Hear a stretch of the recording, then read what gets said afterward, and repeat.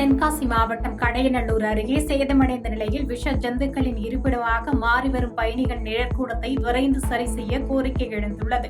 கடந்த 2014-2015 ஆண்டு தொகுதி மேம்பாட்டு நிதியில் கட்டப்பட்ட இந்த கட்டிடம் தற்போது உரிய பராமரிப்பின்றி இடிந்து விடும் விபத்து ஏற்படும் அபாயத்தில் உள்ள நிலையில் கோரிக்கை உடனடியாக நிறைவேற்றும்படி அப்பகுதி மக்கள் வலியுறுத்தியுள்ளனர்.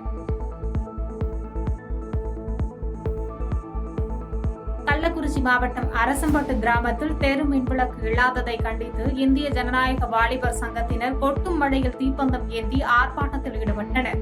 ஊராட்சி நிர்வாகத்திடம் பலமுறை கோரிக்கை விடுத்தும் நடவடிக்கை எடுக்கப்படாததால் கிராம மக்கள் மற்றும் இளைஞர்கள் இந்த போராட்டத்தில் ஈடுபட்டு எதிர்ப்பை தெரிவித்தனர்.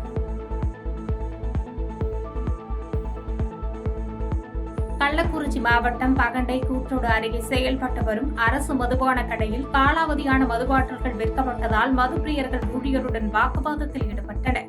இச்சம்பவம் தொடர்பான வீடியோ சமூக வலைதளங்களில் வேகமாக பரவி பெரும் பரபரப்பை ஏற்படுத்தியுள்ளது. புதுச்சேரி மாகே பிராந்தியத்தில் குழந்தைகள் விளையாடும் போலி 500 ரூபாய் நோட்டுகளை பயன்படுத்தி கடைகளில் பொருட்களை வாங்கிய 4 பேரை போலீசார் கைது செய்தனர். அதிக கூட்ட நெரிசலான கடைகளை குறிவைத்து கைவரிசை காட்டிய இந்த கும்பல் பெட்ரோல் பங்கில் சிக்கியதை அடுத்து போலீசார் கைது செய்துள்ளனர். நெல்லையை போதைப்பொருள் இல்லாத பகுதியாக மாற்றும் நோக்கில் விற்போர் மற்றும் பயன்படுத்துவோர் மீது கடும் நடவடிக்கை எடுக்கப்படும் என நெல்லை மாநகர காவல் ஆணையாளர் தேஷ்முக் சேகர் சஞ்சய் எச்சரித்துள்ளார். மேலும் தலைநகர் முழுவதும் தீவிர கண்காணிப்பு பணிகள் மேற்கொள்ளப்பட்டு வருவதோடு குண்டர் சட்டத்தின் கீழும் கடுமையான நடவடிக்கைகள் பாய்ந்து வருவதாக விளக்கமளித்தார். நீலகிரி மாவட்டம் குன்னூர் அருகே எடப்பள்ளி கிராமத்தில் பெண்மணி நடந்து சென்ற சிறிது நேரத்தில் சிறுத்தை உலா வந்த சிசிடிவி காட்சிகள் வெளியாகி பொதுமக்களை அச்சத்தில் ஆழ்த்தியுள்ளது. வனவிலங்குகளின் நடமாட்டம் அதிகரித்துள்ளதால் இரவு நேரங்களில் பொதுமக்கள் தனியாக வெளியே செல்வதை தவிர்க்குமாறு வனத்துறையினர் எச்சரித்துள்ளனர். காரைக்காலில் திருமண ஆசை காட்டி 16 வயது சிறுமியை கர்ப்பமாக்கிய முரளி என்பவருக்கு 20 ஆண்டுகள் சிறை தண்டனையும் ரூபாய் 20,000 அபராதமும் விதித்து நீதிபதி தீர்ப்பளித்துள்ளார். பாதிக்கப்பட்ட சிறுமியின் பெற்றோர் அளித்த புகாரின் அடிப்படையில் நடத்தப்பட்ட விசாரணையில் குற்றம் நிரூபிக்கப்பட்டதை அடுத்து நீதிமன்றம் இந்த அதிரடி தீர்ப்பை வழங்கியுள்ளது.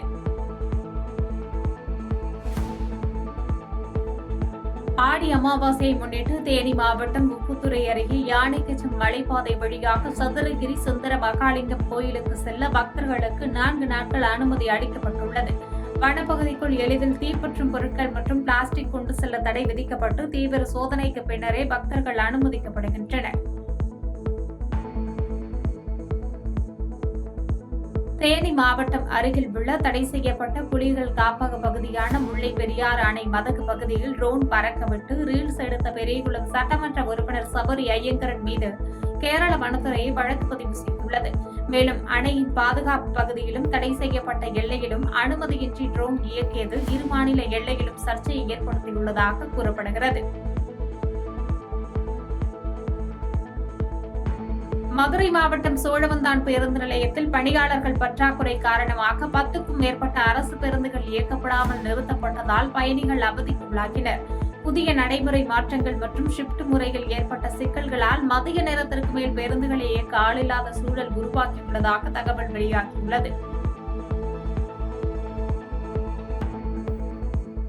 கடலூர் மாவட்டம் பண்ருட்டி நகராட்சியில் 29வது வார்டு தேவராஜ் நகரில் குடியிருப்பு அருகில் பிளாஸ்டிக் கழிவுகள் கொட்டப்பட்டதால் சுகாதார சீர்கேடு ஏற்பட்டுள்ளது.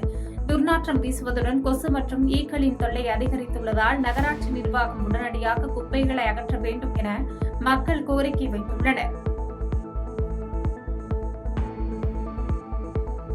காஞ்சிபுரம் மாவட்டம் குன்றத்தூர் அரசு மருத்துவமனை வளாகத்தில் திறந்திருக்கும் ஆபத்தான குழிகள் மற்றும் பாதுகாப்பற்ற மின்சார கேபிள்களால் நோயாளிகள் மற்றும் பொதுமக்கள் அச்சமடைந்துள்ளனர். மருத்துவமனைக்கு வரும் கர்ப்பிணிகள் மற்றும் சிறுவர்கள் பாதுகாப்பு கேள்விக்குறியாகியுள்ளதால் அசம்பாவிதம் நடப்பதற்கு முன்பு அதிகாரிகள் சீரமைக்க கோரிக்கை எழுந்துள்ளது.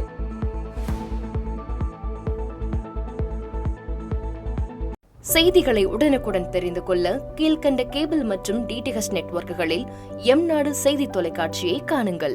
பாதகம் செய்பவரை கண்டால் நாம் பயம் கொள்ளலாகாது பாப்பா.